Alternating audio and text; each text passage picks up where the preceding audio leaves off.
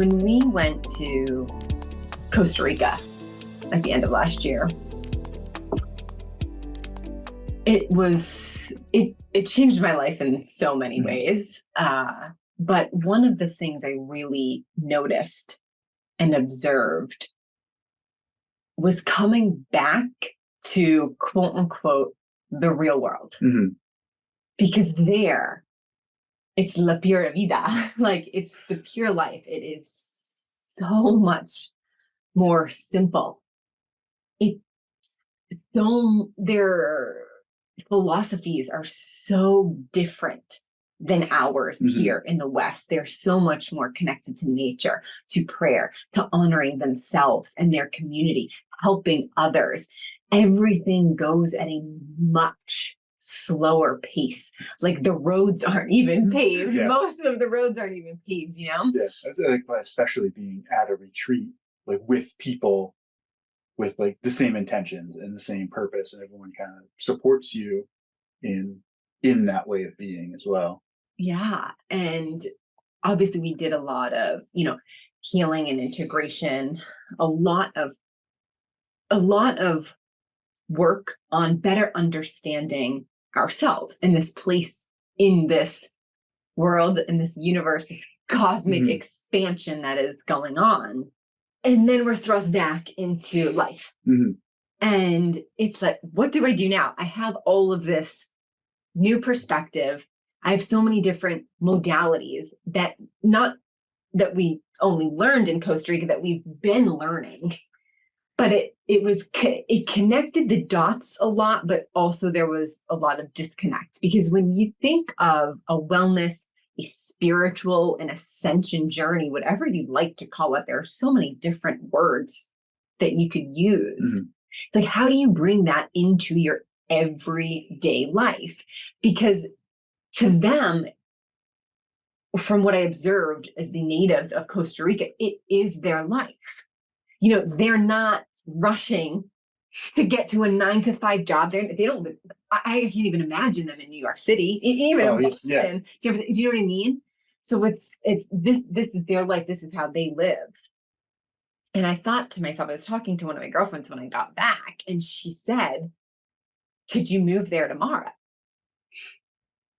And we had talked about this and thought like, all right, like this is kind of like what our 5 or 10 year plan might be, hosting retreats there, moving there, living there. But then actually getting there and almost like a shell shock, like, oh shit. Like if you want something delivered from Amazon, like they don't deliver it to your door. You got to drive 20 minutes to, hopefully it wasn't even a post office that we knew the guy who went to. It's like, whoa. I take so much for granted in this life that's beautifully convenient. And so I thought like, wow, I'm sure I could do it, but it would be a really challenging adjustment. So now I've got a wonderful opportunity. Like, how do I bring and incorporate what I've learned, what I have practiced over 10 years and then observing from this native culture, their way of living, into life now? Like, what practices can I do? What does it mean to be awake and to have a spiritual path within this human journey, life's journey here, having kids, debt, rush hour traffic, horrible traumatic instances that have happened to you that you how can I begin to really live a spiritual life in everyday life? Instead of just sitting in an ashram for 10 years and just and there are monks and Buddhas that do that and that's part of their life, but I don't see that being me. I don't think that's my purpose here in this life.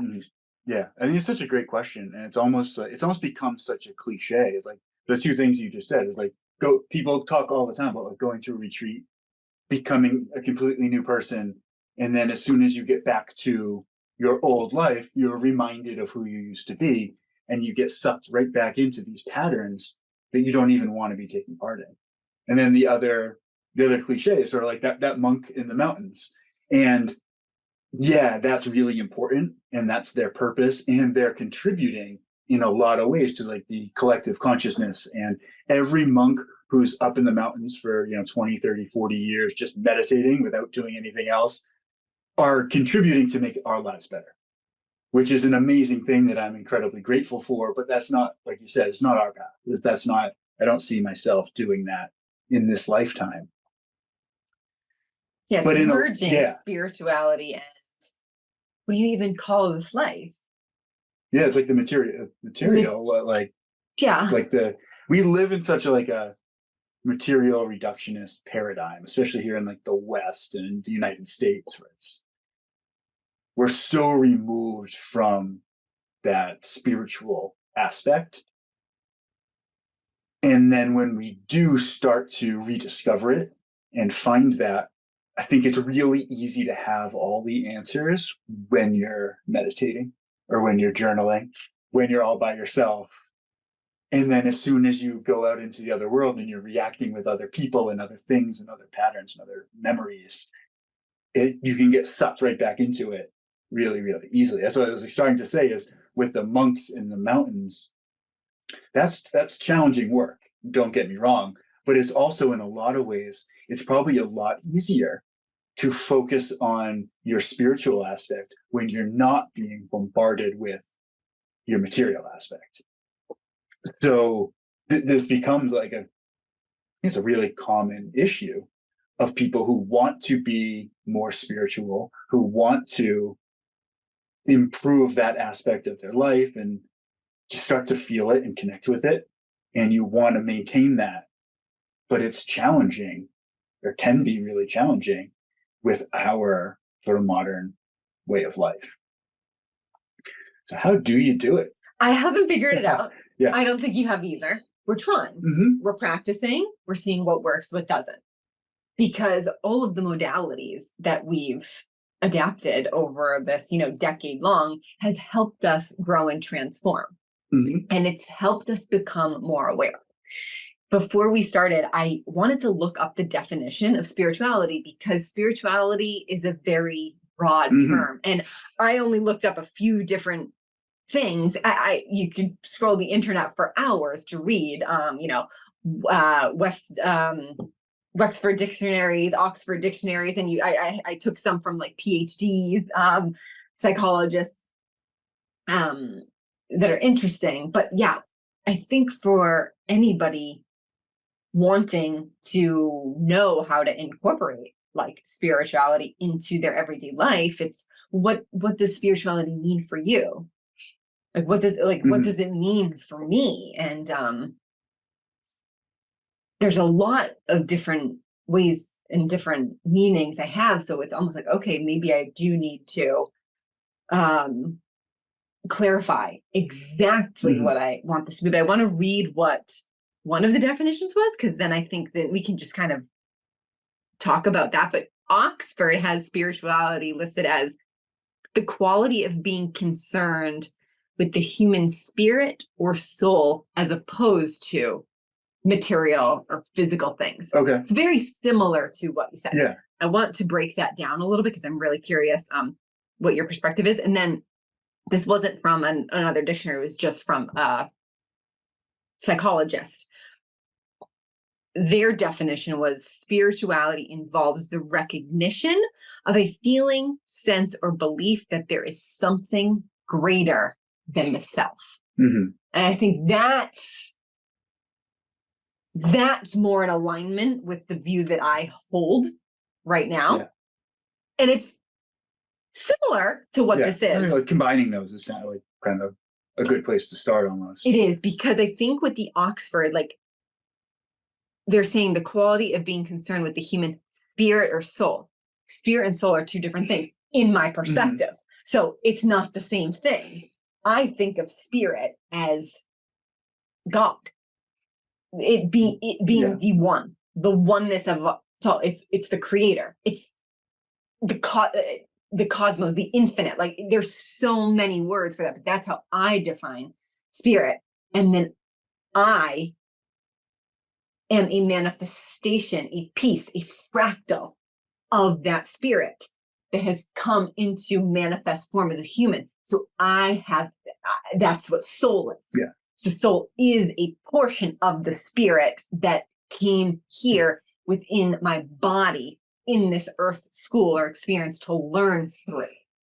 Yeah. I think like the spirit like gets like fractal and breaks down and gets to and then we all levels have souls, and then there's oversouls, but the spirit to me is like, that's the point. That's the creation. That you can't even define it. Life. It's yeah. So then knowing that, it's like, yes, there's a bigger purpose to this. There's a bigger meaning to all of this. Like, again, I don't know what it is. I'm still trying to figure that out.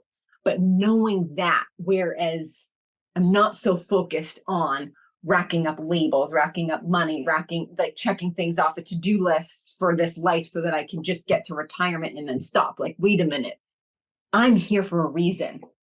This universe is so much bigger than I can even imagine and process, something that I was never taught, but there's something there.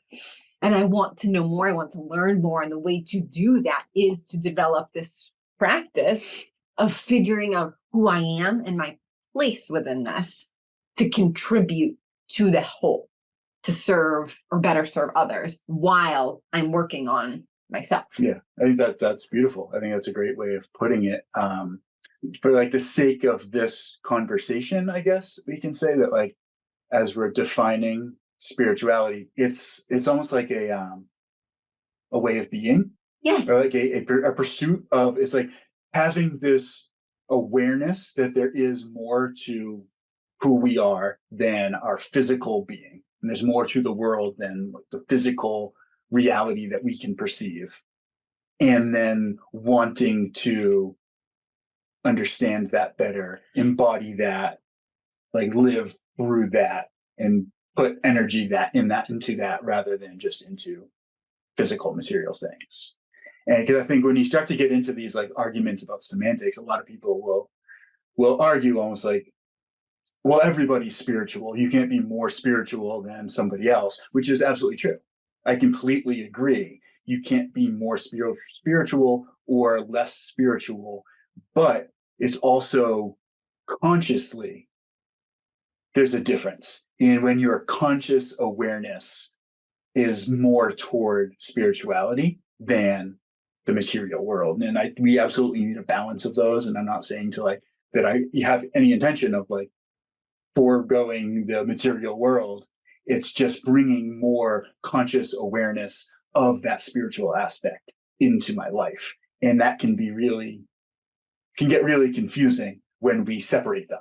And it's like this whole idea of having the spiritual world and the material world gets really confusing and becomes an obstacle, where it's more of a meshing of those and bringing more spirituality into the material world, I think is the goal. At least that's my goal. Absolutely. There needs to be like an integration and overlap. There's a balance of sorts, and it doesn't need to be 50-50 either. Right. That's a different conversation, but yeah, it's understanding we also want to allow our human to have fun and enjoy. Like spirituality, as much as it is deep healing and inner work, inner discovery, it can be challenging because you're going down deeply into root causes of maybe any pain or suffering, not only in this life, in past lives, if you believe that, which I do, again, as a continuation of life itself. And so to just do that all day, every day, and not, go out to dinner and have fun and play sports and dance and sit, like, of course, like there has to be this flow, this balance. But then to the opposite polarity, if you're working 70, 80 hours a week, not taking care of yourself, not giving time to enjoy the things that, light you up, then of course that's going to result possibly in burnout and a very, very, you become very disconnected with the greater purpose or meaning. Disconnected is a great word. Yeah. I think it's like just holding on to that connection and not losing it no matter what you're doing. And I think that comes down to conscious awareness. Yeah. And it's like just being aware of what we're doing, because I think the exact same behavior can be either like spiritual or not spiritual, depending on how you, like what your awareness is doing it. So it's like you said, like it's okay to just relax and have fun and, you know, sit and watch TV. And that's not always considered like a spiritual act, but you can just be aware of, like, I am infinite potential, experiencing life through the perspective of Dan sitting on the couch watching TV. And that's completely different than being like wrapped up in this separate person who's in the world and the world is against them and I need this escape and I'm just going to sit on the couch and I'm going to watch TV and I'm going to forget who I am. Is a very different experience, I think. Mm-hmm. And that's sort of like, that's what I think is really important to just be aware of more often, is knowing who and what you are and why you're doing it, rather than just being swept up in things. And I think that the idea of like coming home from a retreat and then and you're like, nope, my life has changed forever. I'm never going to be the same person. And then 3 days later, you're like, wait, what? I'm just completely who I was 2 weeks ago, or I'm just like going to work and zoning out and I'm doing this thing. And it's okay to go to work, but zoning out and losing connection to who you are starts to become the problem. And then, because then you start to get down on yourself and it becomes this whole thing. Yeah. And I think becoming aware is really the key to it. And I do wholeheartedly think that when we're placed in those situations that remove us from our everyday life, it helps to then it's like a pattern interrupt. Yes, pattern interrupt. I was going to say it's creating a new neural pathway for sure, because you're experiencing something completely different. As soon as you experience something different, boom, it's a neural pathway is created. But because you're so familiar with the safety and comfort of the way that you've lived, that I've lived, of course, that's stronger. Those pathways, those patterns within us just put us back into the familiar state. But something in you knows, you're, boom, oh, wait a minute. I am acting, doing, feeling, creating exactly what I did. Wait a minute. It's almost as simple as that. Yeah. It's like in that instant, we've given the opportunity to choose differently. Yes. And we don't give ourselves enough credit for just recognizing it. Or at least from my perspective, when that happened, because it happens daily, because I've created so many different now pathways, but I still have a lot of really deep-rooted patterns. I really loved beating myself up and getting into that voice of the inner critic, like, oh, look at you, see, you messed it up again. And that I think is a beautiful way for me to remind myself in this moment as part of being a human and embracing the spiritual journey. Because I must allow myself grace. I am changing. Like, I don't want to stay the same, but I also know, because this is a part, like I accept who I am right now and what I've gone through, because it's gotten me to this point. And what I've done continuously is neglected a lot of parts of me that have this constant dialogue that only wants to be like heard. And I was listening to Aaron Abke on a podcast recently, and he gave a really cool analogy on, I think, this concept. He's like, when you're driving in a car, you're driving on the highway and you realize that you're drifting into another lane. He's like, all you do is just redirect and get right back on the road. But like, it wouldn't make sense to like guilt ourselves and beat ourselves up and start like, oh, I can't believe I did that. I drifted over into this lane and I can't believe I'm halfway and I'm two different lanes. And it's like, there's no benefit to wasting time being guilty about the misstep you made or that you started to drift. You just get back course correct, get back into the center of your lane and just keep driving like it never happened, because it doesn't, like, you learn the lesson. You learn the lesson. I need to pay attention so that I don't drift. And that's it. That's all you benefit from it. And then you just stay on the road. But if you start to drift and you start to beat yourself up about it and you spend your time, you're going to keep drifting. And you're going to be 3 lanes across and you're still beating yourself up over, I can't believe I'm not in that left lane anymore. And it's like, that doesn't make any sense. So we do that so much in our life. It's like, oh, I can't believe I haven't meditated for 3 days and I just got swept up in this work project and I haven't thought about anything else and I forgot about all the things I did. Or you get back from the retreat and all of a sudden you realize, like, I haven't even thought about it for 3 days. I don't know what I'm doing. I'm in a fight with my friends and all these things are going on and I have all this drama in my life. Well, just course correct, get back. Okay, I'm going to go to bed early. I'm going to meditate. I'm going to take better care of myself. I'm going to drink more water, whatever the things you need to do to take care of your body are.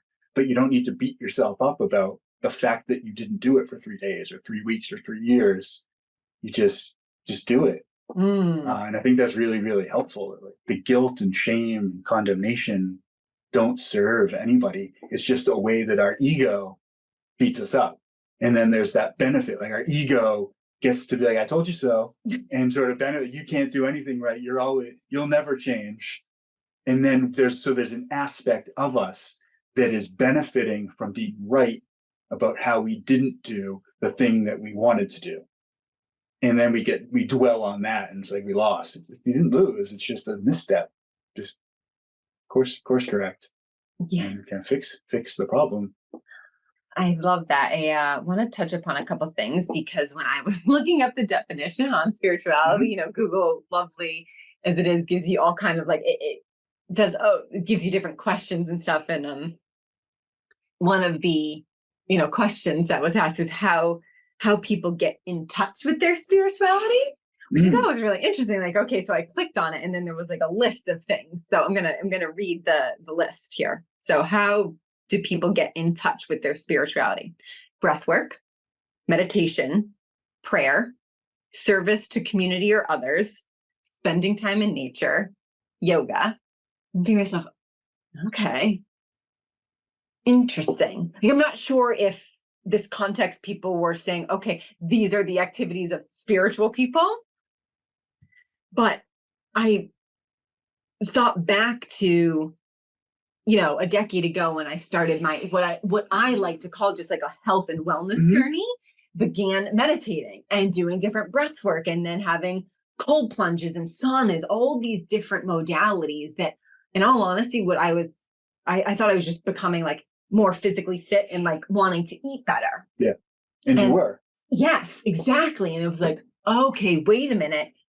Boom, perspective change. I have more awareness, because these modalities that we incorporated into life is, I want to say, adjusting and transforming my inner state, the innermost being of myself, the cells, everything that's going on beneath this layer of skin that I don't know about, but it's transforming it in some way.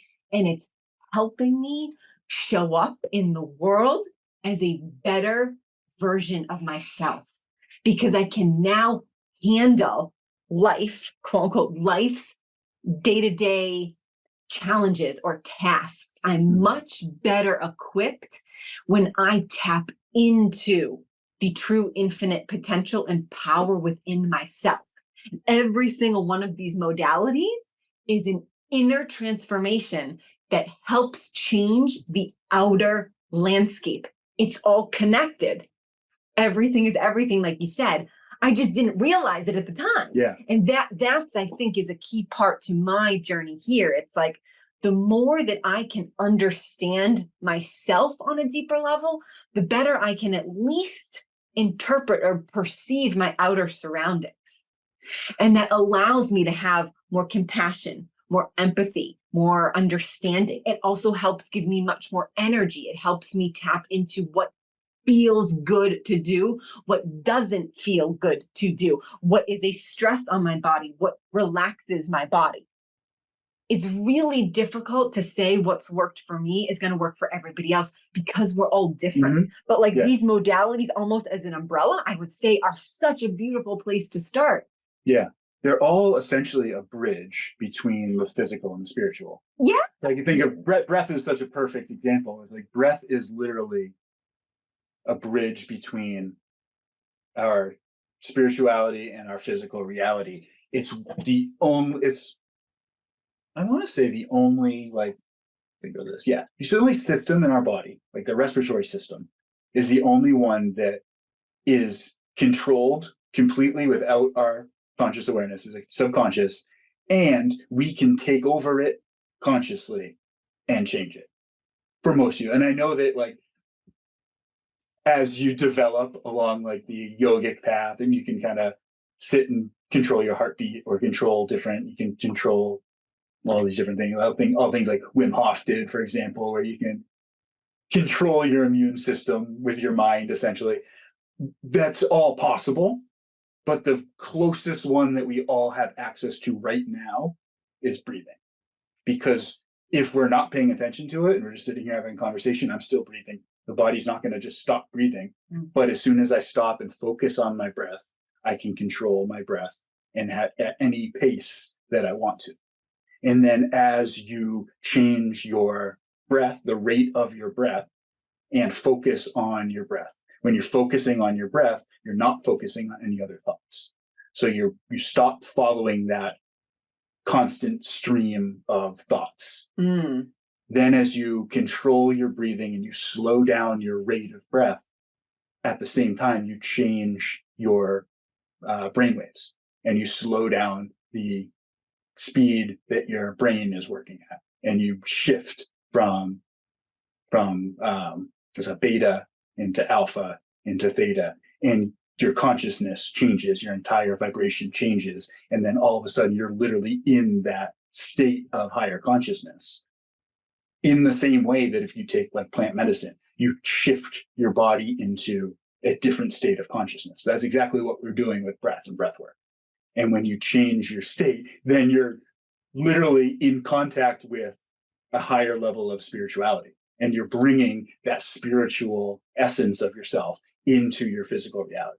So all these other things on the list are just like that. They're other bridges. The same process kind of happens when you go and just spend time in nature. When you're not following that stream of thoughts in your mind, and instead you're just taking in nature and the sounds, the bird sounds and water flowing and all these different things, the way the light comes through like a forest through the trees, or even just having your feet on the ground barefoot. Like all these things change your body, they change your mindset, they change your breath rate, they change your brain waves, and they tap you into higher levels of consciousness. You said cold water earlier. Cold for me, and I don't, everybody has different relations with these things. And a lot of people, and like us included, started getting into doing like cold plunges for physical benefits. So I want to create more heat shock proteins and brown fat and better quality mitochondria and more mitochondria. And I want to be able to adapt to stress better and recover faster from my workouts and all that. And the most profound thing that I ended up getting from spending time in the cold is you're instantly transported into like a deep meditation. You can't be anywhere else. Is when you go sit in like really cold, really cold water. There's no escaping in your mind. There's no distracting yourself. All you can do is just be like, here I am. I'm in the cold. This is who I am now. And it's going to be fine. And you breathe your way through it and you calm yourself. And it's so unbelievably transformative. Yes. And then there's obviously physical things happening in your body, but you get out of that cold water or like a cryo therapy or something like that, you feel amazing for the rest of the day.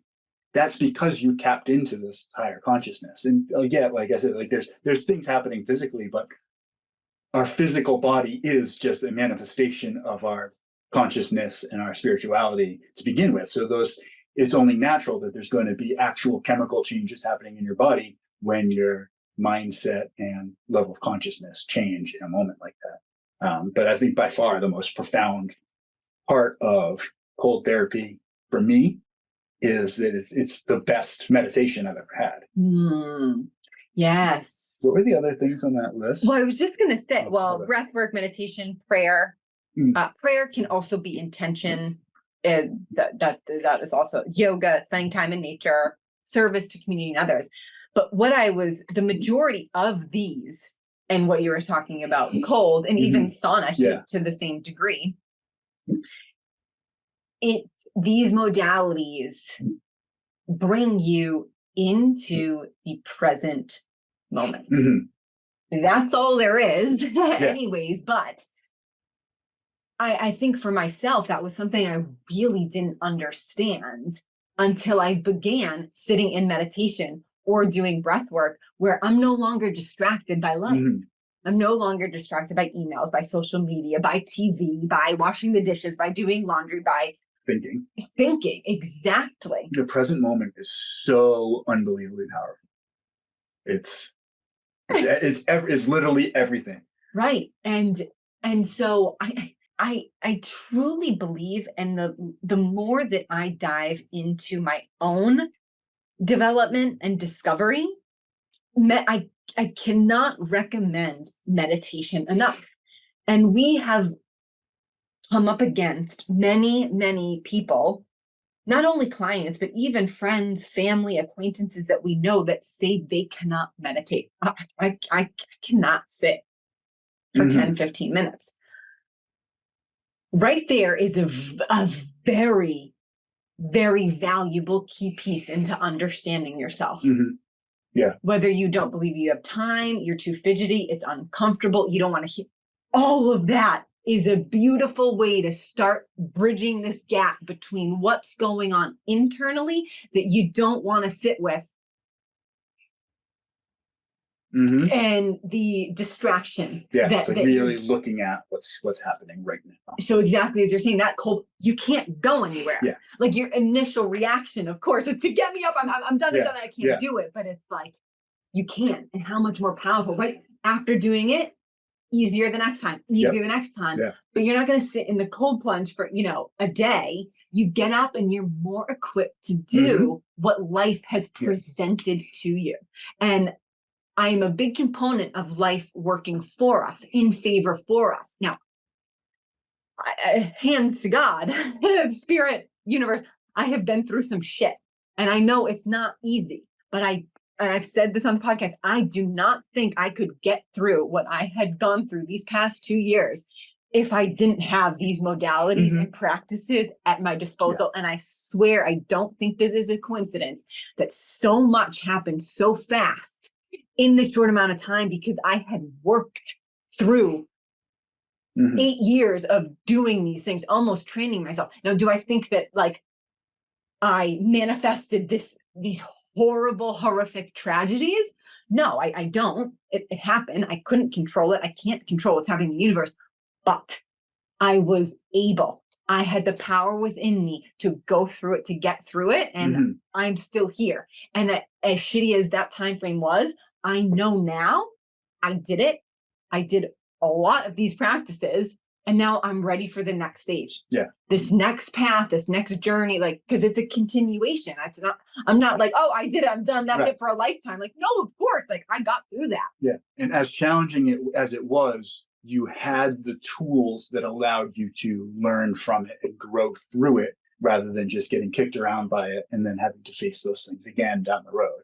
Absolutely. Yes. Yeah. So breathwork, meditation, one thing that's not on here, and I don't know if it's, how you'd classify people who are spirituality, but journaling, all of these things, they can be really helpful for it's just a better way to understand yourself.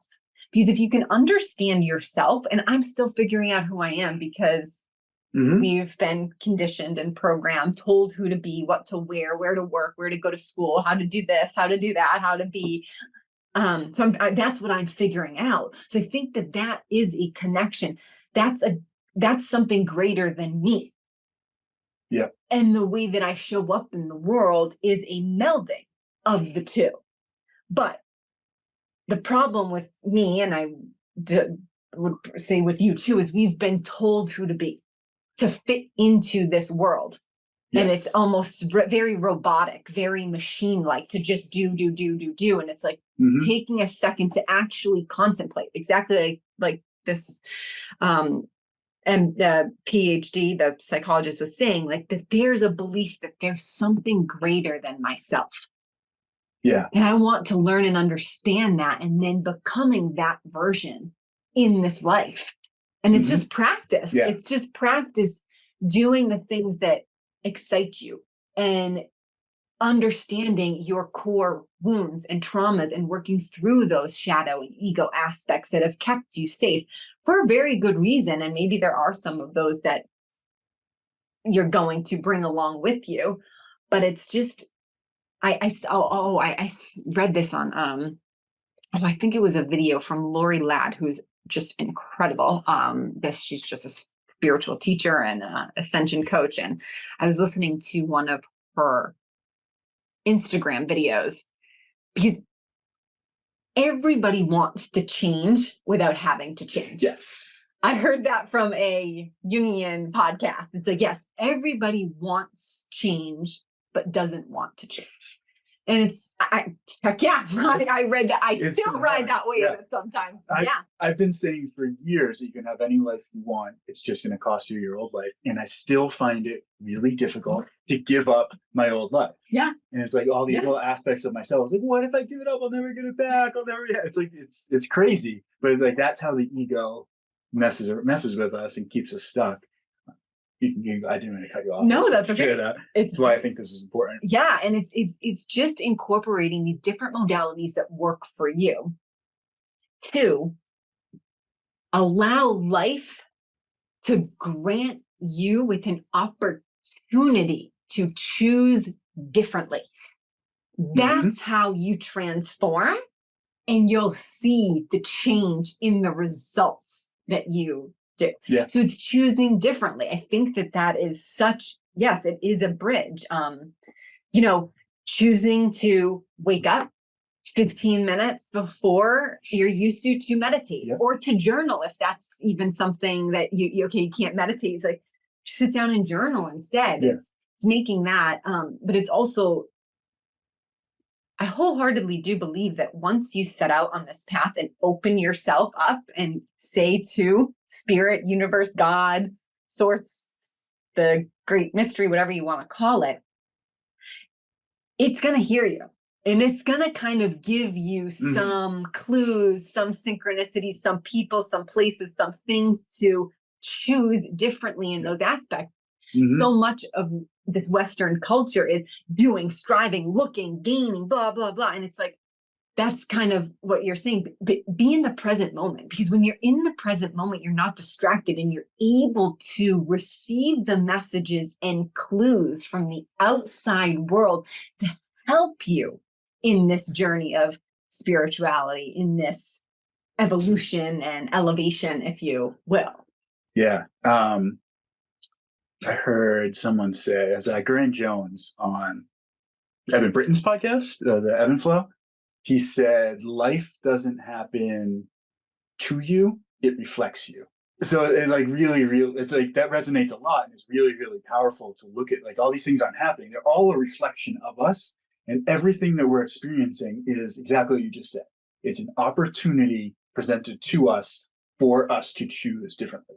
When you're presented with something that you don't like, it's a reflection of the choices that you've made. So choose differently, and then don't feel bad about having made those choices. It's just like the car swerving off into the other lane. It's like, just get back in the lane. It's like this thing happened. It's like, okay, here's an opportunity. I'm going to make a different choice because I don't like what I've been doing, and I don't like how it's being reflected back to me.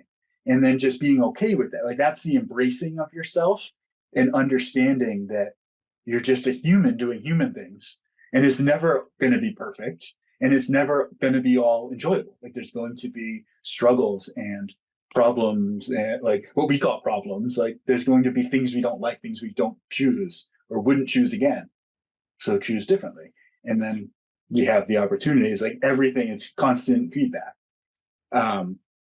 You said before that I thought was really important or meaningful about the cold, being in the cold. And you said, but you're not gonna sit in the cold all day. Like that, that's which is kind of what I meant.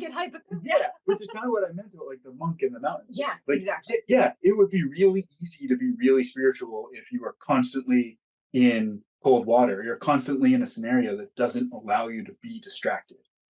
But once you get out and you dry off, there's an aspect, like the responsibility that comes with it. It's like, okay, how do I bring that moment into what I'm doing next? Same as when I was talking with breath work, and you sit and you focus on your breath and you slow down your breathing, and it changes the state of your brain. And all of a sudden you have access to higher awareness and higher consciousness. How do you maintain that throughout the day? How do you keep that going? And it's literally I believe, by checking in constantly. Where am I? What am I doing? Why am I paying attention? What am I thinking about? What am I like? Just asking yourself these questions constantly over and over, because for a while it's going to be like, oh, I'm daydreaming. Oh, I'm worrying. Oh, I'm panicked about this thing that could happen. And you just bring it, well, that has nothing to do with right now. So bring it back to right now. And the more you train yourself to stop and ask, where am I? What am I doing? Why am I here? What's going on? Who's in control? And then kind of reassessing, okay, I'm going to stop daydreaming right now and I'm going to do the thing I'm doing. And then whatever that is, it could be doing dishes, it could be doing, work, it could be, whatever you're doing, hanging out with your friends. Are you present or are you distracted? Are you being run by your subconscious, or are you consciously aware of the present moment? And that's such a difference. That's what you kind of started the show talking about, like the people that we got to, spend time with and observe in Costa Rica were significantly more present in what they were doing. And in large part, it's because there are just less distractions and it's easier. Yeah. But in large part, like they weren't like programmed not to.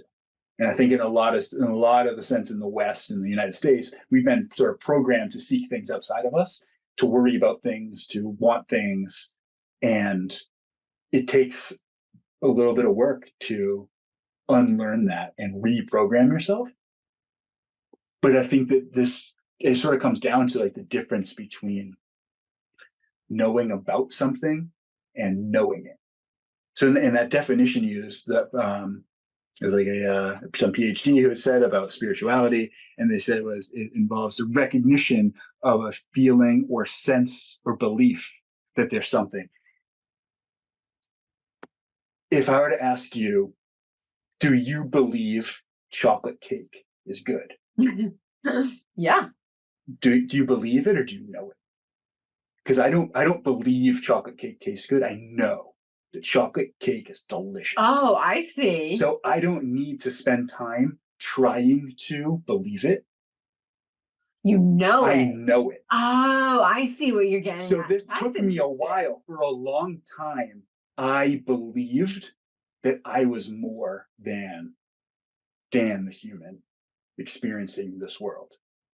Now I know that I'm so much more than Dan the human experiencing this single perspective of the world. I know, because I have this deep connection to these higher aspects of myself and my sort of higher intuition, higher knowing of things. And I know, like I don't need to remember because I know. So from time to time, I do get distracted, and I do get sort of like caught up in Dan the human's things. And that's where it's just redirect, just get back in the lane and be like, okay, I set up this illusion, this game for myself to completely forget who I am so that I could experience a world of polarity and good and bad and right and wrong. And I have to make these choices. And I get swept up in the choices sometimes and forget who I actually am. But I don't need to convince myself that it's true once I remember. Once I realize what's going on, it's like, okay, I can get right back to what I know.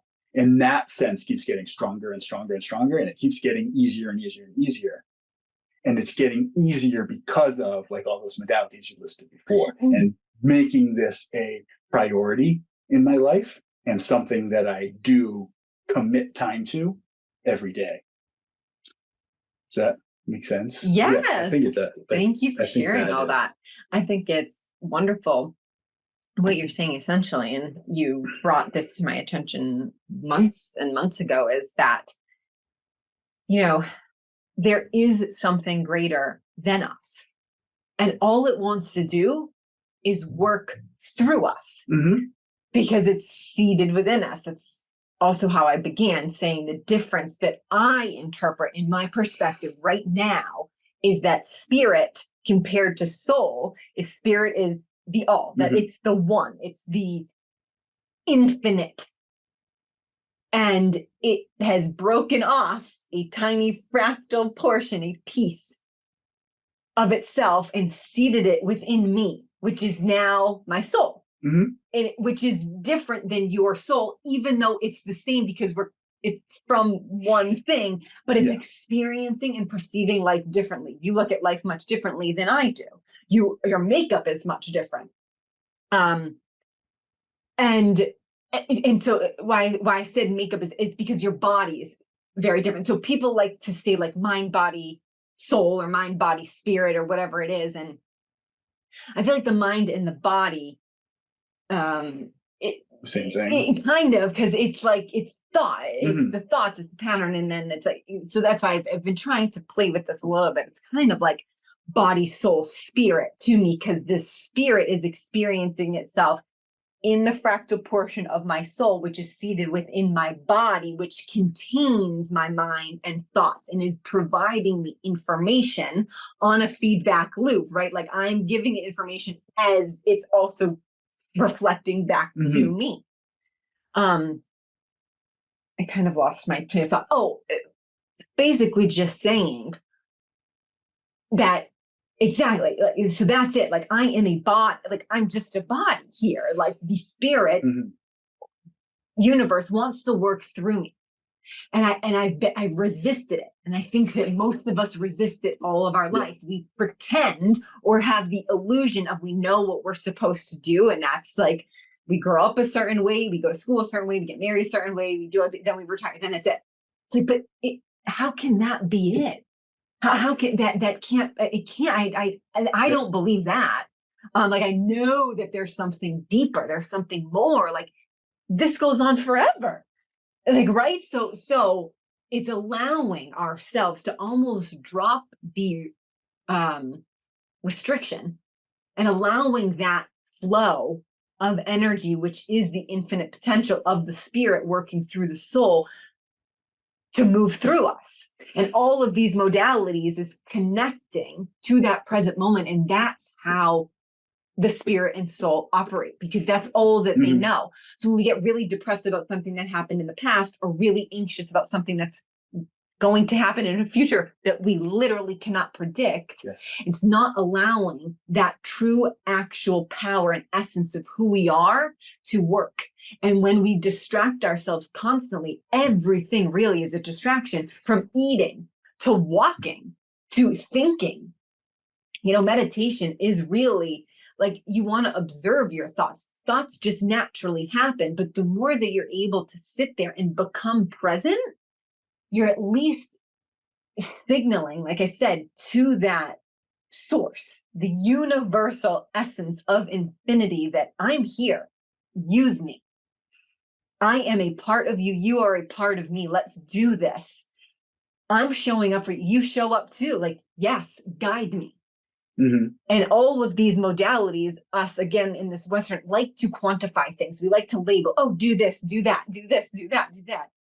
Great. I could not be a bigger component of yoga, meditation, fasting. Talk about fasting as something to put you in this present moment. I know so many people are like, I can't even fast for 6 hours. It's a great question to start with. Why? Why do you believe that you can't do that? And why do you not want to? Because your immediate thoughts, those reactive natures, is you're not safe not to eat. I'm going off on a bit of a tangent, but these are all really important things to bridge the gap between that spiritual journey and your life here, because it's your spiritual stamina is going to help your life energy. It's going to give you life force to continue on. It's But I'm saying all these modalities, they're helpful. But if you don't want to do any of this, it's really just becoming aware of the patterns in your life, how you show up every day. Are you doing the exact same thing? Because if you are, and you continue to do that, you are digging those paths further and further down, and it's going to be, those grooves get harder and harder to get out of. It's going to be harder to get out of. But as soon as you become aware of it and you can observe and recognize what you've been doing, how you've been feeling, what you've been thinking, I truly think that that's all that you need to do.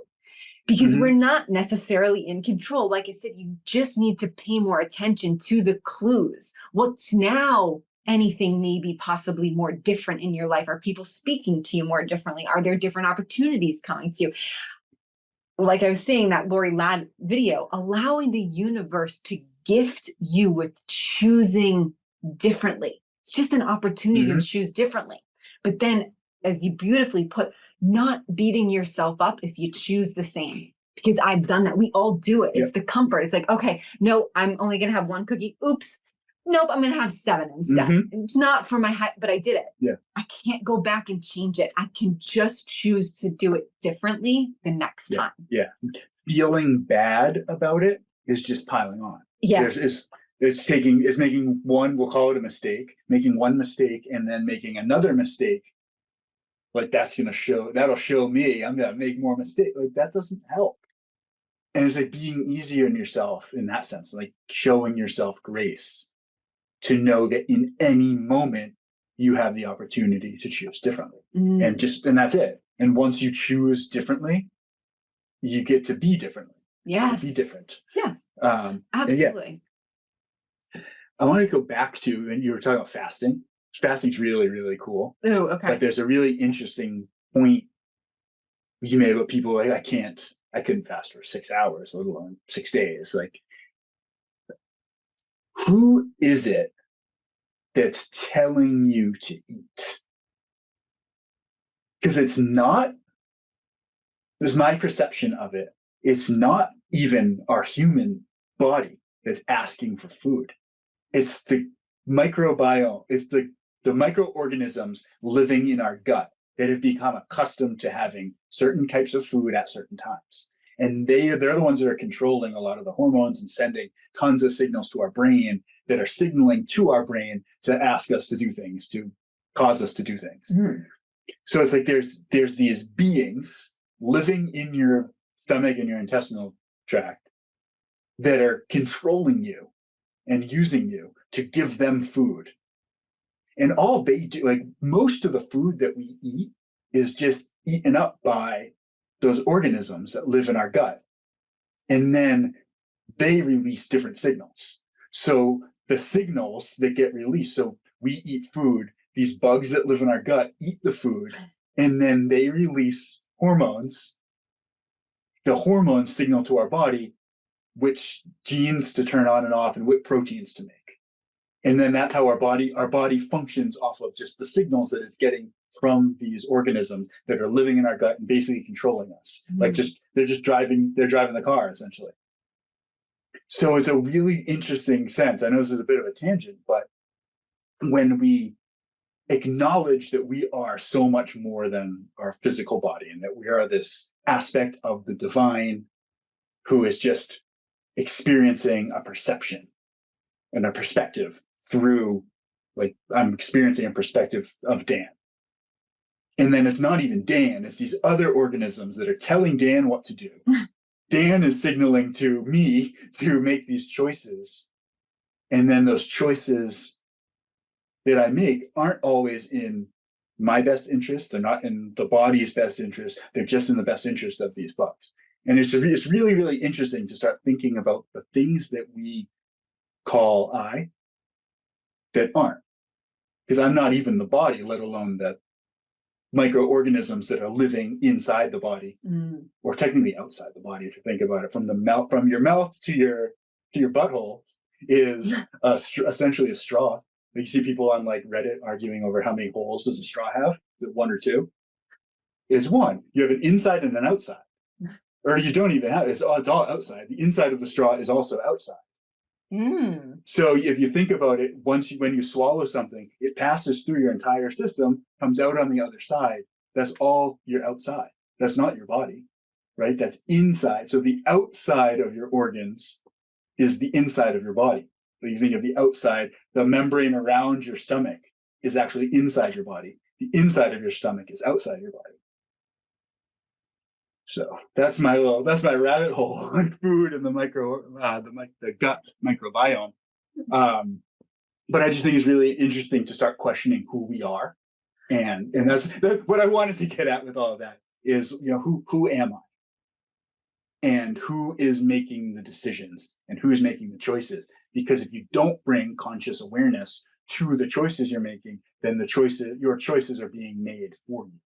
And they're not always going to be in your best interest, whether it's being made by society and the things you see on like the news and on social media, causing you to have impulses and do things, or it's these microorganisms living outside your body in your intestinal tract and in your gut, signaling, oh, you got to have another cookie. One cookie's not enough. We need 7 cookies. And then we beat up ourselves for having the 7 cookies that the bugs in our gut told us to have. So I think it's really, really interesting, and just bringing more awareness and understanding to who is making the choices can really help. Yeah. And we all have the power to choose. And I think that is something really that is the almost kind of perfect way to bridge the spiritual work and your life. Like anything that you want to do to discover who you truly are, to evolve, to elevate your consciousness, to be in service to others, is going to kind of lead you down this path of making much different choices than you have normally done to bring you to this place in your life. And that is a commendable way to show up in this world and to be much different. And I think a lot of people are finally waking up to that. That's why I think this question is so prevalent, and we see it so much. Like how do you merge or incorporate spirituality in your life? I mean, it's not really an answer. You got to play with it. You've got to be, because we're all different in our lives. They're all different. Someone on a spiritual path that has, that's a single mother and has 3 kids is living very differently than you and I. She probably doesn't have as much time as we do, where we're not dropping off. So it really is truly, if you're asking that question, you already know you've got to make choices that are different. That's kind of what I want to say. Yeah. But you're also already on the path. Exactly. Which is great. So celebrate that. Don't beat yourself up. That's what I'm saying. Just now become more aware of anything that's giving you the opportunity to choose differently. That's the universe granting you what you're asking for. But also know too, that if you're listening to this and you've got this question, I was like, whoa, wait a minute. I haven't really thought about this. Like, I don't want to give up my life and I don't want to give this up. Like, know that that's okay too. I think we were listening to a lecture from Caroline Myss, and she was saying that she was lecturing someone, a group of like hundreds and hundreds of people. And there was that one guy who had like a really severe, I don't know if it was a resentment or he like hated someone, didn't want to forgive someone for something. And he carried that through. And I think it's safe to say we all know that that's not in our highest and greatest good, not to forgive someone or forgive yourself, whatever it may be, if we're on this path of, letting go and stepping into the highest future of us. But he had said he didn't want to let go of it and just left the lecture. And basically said, power to you. Hold on to it. You don't have to. Like that's also okay. Accepting yourself for not wanting to release that, because once you release that resentment and anger, who are you? And he said he did not know who he could be without it. And he didn't want to. And I almost kind of like good for him. Hats off. It was a conscious choice. Exactly. And it's like, that's what also is part of being human. Great. Yeah. You never know. She said this, I don't know how long he might have chosen now at some point, like, right. Like allow you, like, okay, I'm not ready to let this go, or I'm not ready to change this, or, okay, I see this opportunity is presenting itself for me to choose differently, but I'm not ready. I'm really scared. Yeah. I can't tell you how many times that's happened to me. That's okay. Choose whatever you need to feel safe in that moment, and know and trust that another opportunity is going to come for you to choose differently. It's probably not going to come in the same way, because it hasn't for me, at least in my experience, but it's come. And then I'm able to, because when you say no, it also is signaling to the universe, like, all right, there's a little bit more I've got to work out. Maybe there's more parts of me that I need to accept. Maybe there's more things I need to meditate or journal on. It's okay. That's kind of the beauty of time that we're living in too. It's like embracing that all of these pieces, it's so beautifully orchestrated. It's like the intelligence of this system that we are a part of. Oh my gosh, it blows my mind, and it gets me really excited that there are so many more people wanting to be on this path, this ascension journey, this enlightenment journey, whatever you want to call it, spiritual journey. Yeah. And we're all starting from a different place. Yes. And we're all going to a different place, and we're all going at a different pace. So there's no right or wrong. So like with that example of that guy who's saying, like, no, I'm not ready. I'm gonna keep being angry at this person. I'm not gonna forgive them. That to me is better than if he was like, oh yeah, I'll forgive them, and then didn't have any intention of doing it, or was trying to trick himself or lie to himself. It's like the aspect of being honest with himself about where he was going, and what pace he was going at is enough. And then probably the next opportunity to choose might have been at more his pace, or whatever, more in alignment, or worked out at the right time.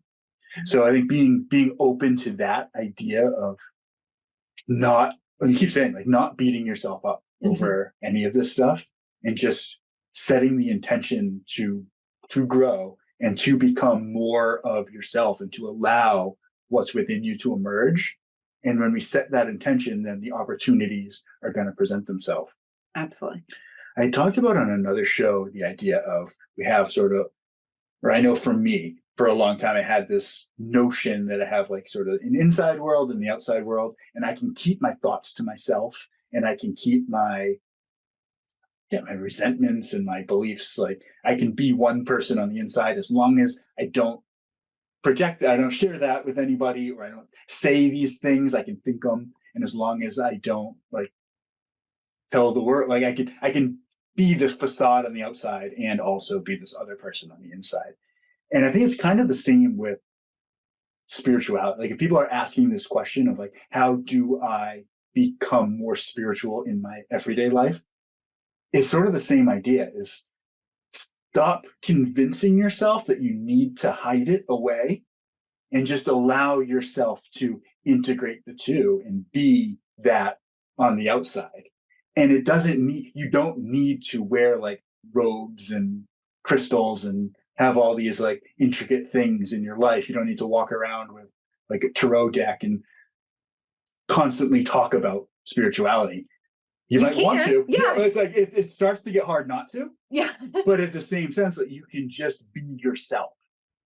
And I think that can be really helpful to know that, like, you don't need to become a different, like spiritual Dan isn't different from Dan. I don't need to like figure out how to be him. I just need to allow the true essence of who I am to emerge in every situation. And I think that's just a slightly different way of looking at it that might be really helpful. So it's been kind of helpful for me to just allow myself to be myself. Yeah. And what's working for you in these moments, and what isn't you're leaving behind. I think too, one of the things that we didn't necessarily touch upon just really quickly is that this inner transformation, we can't necessarily see it, but we know something's happening, and it's energy changing. And that changes the world around us and our views. So then we can begin to see the changes outside. But as our energy changes and our field that we hold as individuals on this path change, it does influence the energy that others have too. Mhm. So it, to change the world, you must transform yourself. That's all it is. So it's It's the only way. exactly. It's always, allowing what is for your highest and greatest good in every situation to present itself for you to choose that in a way. So I think it's important to keep in mind with these different like modalities. Like you have things like meditation and breath work, cold and heat, like we talked about, Yeah. prayer, Yoga. chanting, Yes. yoga, journaling. Like these, all of the you don't first off, you don't have to do all of these things, but I highly recommend doing at least one of them. And then kind of like what we talked about before, it's like as you come out of either a meditation or a yoga class or come out of the cold water, you can feel the difference. Like this is what I was saying before, but the difference between knowing about something and knowing it. I could sit here all day and tell you different benefits of being in the cold, but until you've done it, you don't know what it feels like. But the moment that you get out of that water and you know that your being is different than when you got in, then you have that thing to connect to. And then it's just a matter of connecting to that as much as you can. I don't know who says it, but like it's a common quote, and that maybe just something people say all the time. Like the goal of meditation isn't to become better at meditating; it's to make your life a meditation. So it's that time that you sit is focused energy on, like we were kind of saying before, like observing your thoughts and letting them pass, and not just following and entertaining and taking ownership of every thought, but realizing that you're not your thoughts and letting them pass, and realizing that you're not your body, and realizing that you're none of these things. And then when you open your eyes and you go back to work or to drive the kids to school or just to do whatever you're doing, remember that you're not your thoughts, you're not your car, you're not your possessions, you're not your name or your title or your job, that you are the observer of all those things and you're just observing life. And I think the more that we keep connecting to that sense, the better off, or like maybe the more likely it is to kind of stick and to be more of who we are. Absolutely. I could not agree more. And I want to just place one word for everybody to contemplate: experience. It is your experience of whatever you're doing that ensues and begins the transformation, right? It's like, how many, for years, all I did was read. But until I experienced something, it's until I did something, it's your experience of it.